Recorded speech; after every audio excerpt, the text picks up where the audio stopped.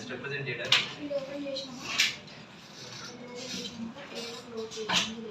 So be silent. So good afternoon to all of you. First I would like to congratulations to everyone. Today అందరూ కూడా ID cards తీసుకున్నారు. ఖచ్చితంగా so I'm also taking ID card okay as a HR manager. So for all of you as a HR ఖచ్చితంగా కంపెనీలో మనకి startup like ఒక హెచ్ఆర్ manager అనేటువంటి పర్సన్ని ఎక్కడ పిలుస్తారంటే ప్రైవేట్ లిమిటెడ్ కంపెనీలోనే HR. Even types of companies sole ప్రొపరైటర్స్లో ప్రొపరైటర్ అంటారు కానీ ఇలాంటి వేరే విషయాలు ఉండవు. అలాగే నెక్స్ట్ వచ్చేసి పార్ట్నర్షిప్ ఫామ్ ఉంటుంది. పార్ట్నర్షిప్ ఫామ్లో పార్ట్నర్స్ అంటారు కానీ దాంట్లో ఇట్లా ఉంటుంది. కానీ ఎస్పెషల్లీగా ప్రతి ఒక్క యూత్ లైఫ్ ప్రైవేట్ లిమిటెడ్ నుంచే స్టార్ట్ అయింది. సో కాబట్టి ఇప్పుడు మీరు ఎంఎన్సి కంపెనీస్లో అలాగే నెక్స్ట్ ఇంటర్నేషనల్ కంపెనీస్లో మీరు ఐటీగా కాకపోయినా ఫస్ట్ మీ కెరియర్ని యాజ్ ఎ స్టార్ట్అప్గా ఒక ప్రైవేట్ లిమిటెడ్ నుంచి మీ కెరియర్ని స్టార్ట్ చేసిన వాళ్ళంతా ఈరోజు కొన్ని కోట్లు బిలియనియర్స్ ట్రిలియన్స్ వాళ్ళందరూ ఈవెన్ బిల్ గేట్స్ కూడా అలాంటి పొజిషన్ నుంచి వచ్చిన వాళ్ళు. సో కాబట్టి మీరు ఇప్పుడు మీకు ఇచ్చినటువంటి ఈ అవకాశాన్ని అందరూ కూడా చాలా గొప్పగా ఫీల్ అవ్వండి. ఖచ్చితంగా మీకు ఈరోజు ఈ అవకాశమే ఇప్పుడు మీ లైఫ్లో మీరు కూడా ప్రపంచంలో ద బెస్ట్ కంపెనీస్ పెట్టేటువంటి స్థాయికి వెళ్తారు. సో అందువల్ల మీ అందరికి నేను కంగ్రాచులేషన్స్ చెప్తున్నాను. సో మీ హార్డ్ వర్క్, మీ నాలెడ్జ్, సో మీ ఎఫోర్ట్స్ మిమ్మల్ని జరిగిస్తాయి. Okay, so next come to the point. So ఈరోజు మనం complete employee code of conduct అంటే ఒక హెచ్ఆర్కి యాజ్ ఏ హెచ్ఆర్గా నాకు ఈ కంపెనీ తరఫున కొన్ని పాలసీలు ఉంటాయి. సో ఆ పాలసీల ప్రకారమే so I'm responsible towards the conduct software solutions private limited company.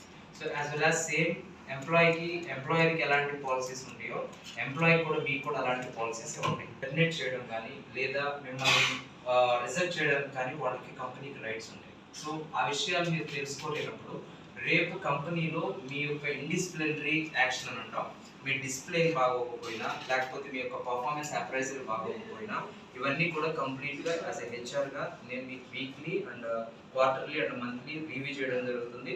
3 months జనరల్గా probation period, 3 months to 6 months probation period ఉంటుంది. ఆ పీరియడ్లో కంప్లీట్గా మీరు చేసేటువంటి ఆ రిపోర్టింగ్ని బేస్ చేసుకొని హెచ్ఆర్ ఎలాంటి డెసిషన్ మీకు తీసుకోవచ్చు. సో దానికి మీరు ఏ పాయింట్ కూడా అంటే ఖచ్చితంగా కొన్ని పాలసీ ద్వారా కొన్ని కోడ్ ఆఫ్ కండక్ట్ ద్వారా మిమ్మల్ని అప్రిసియేషన్ చేయాలన్నా, డిప్రిసియేషన్ చేయాలన్నా, డిమాలిష్ చేయాలన్నా, ఏం చేయాలన్నా కానీ కంపెనీకి రైట్స్ ఉంటాయి.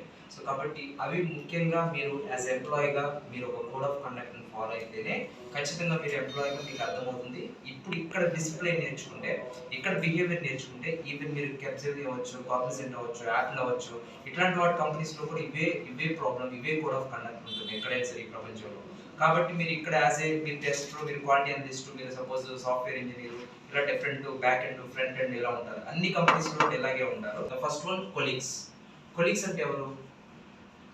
సో మీరందరూ కొలీగ్స్ అంటే కొలీగ్స్కి ఖచ్చితంగా మీ యొక్క బిహేవియర్ ఒక పక్క కొలీగ్తో ఎలాంటి బిహేవ్ చేస్తున్నారు, ఎలాంటి ఎక్స్పెక్టేషన్, కంపెనీ ఏం ఎక్స్పెక్ట్ చేస్తుంది, example that is the colleague అనమాట, కొలీగ్ రిలేషన్స్. అలాగే నెక్స్ట్ సూపర్వైజర్ అంటే ఇప్పుడు ఎవరో so also supervisor, everyone is also supervisor. మీకు ఎవరైతే సూపర్వైజర్ ఉన్నారో ఆ సూపర్వైజర్తో మీరు ఎలాంటి రెస్పెక్ట్, ఎలాంటి బిహేవియర్ అనేది ఇవన్నీ కూడా ఫైండ్ అవుట్ చేయడం జరుగుతుంది.